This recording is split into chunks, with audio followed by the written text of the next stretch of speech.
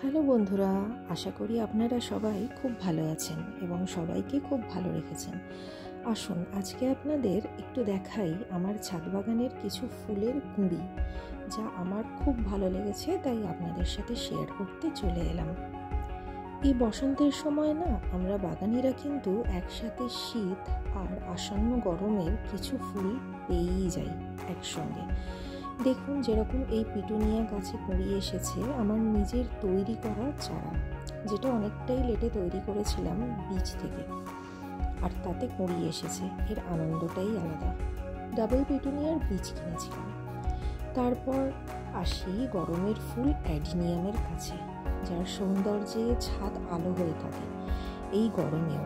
এই অ্যাডিনিয়ামগুলি আমি জানুয়ারির লাস্ট উইকে রিপোর্ট করেছিলাম। তো কিছু গাছে ফুল হচ্ছে আর কিছু গাছে কুঁড়ি এসেছে, দুর্দান্ত সব রঙের। তারপর এই আমার গোলাপ, শীতে প্রচুর ফুল দিয়েছে এবং এখনও গাছ ভরে কুঁড়ি এসেছে। সার প্রয়োগের ভিডিও দেওয়া আছে কিন্তু আমার চ্যানেলে, চাইলে একবার দেখে নিতে পারেন।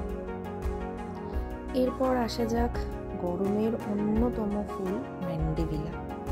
জাস্ট 1 মাস হয়েছে এই গাছটা নার্সারি থেকে এনেছি, এখনও রিপোর্ট করা হয়নি। একটা রেড আর একটা পিঙ্ক বলে আমাকে দেওয়া হয়েছে, কিন্তু জানি না কি রং আসে, দেখা যাক। এইটা হয়তো রেড কালারই হবে, কিন্তু আরেকটা মনে হচ্ছে হোয়াইট হবে।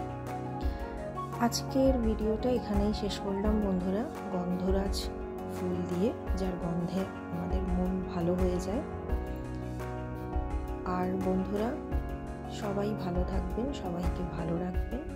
আজকের মতো আসি, আর ভিডিও যদি ভালো লাগে প্লিজ একটা সাবস্ক্রাইব করে দেবেন। টাটা।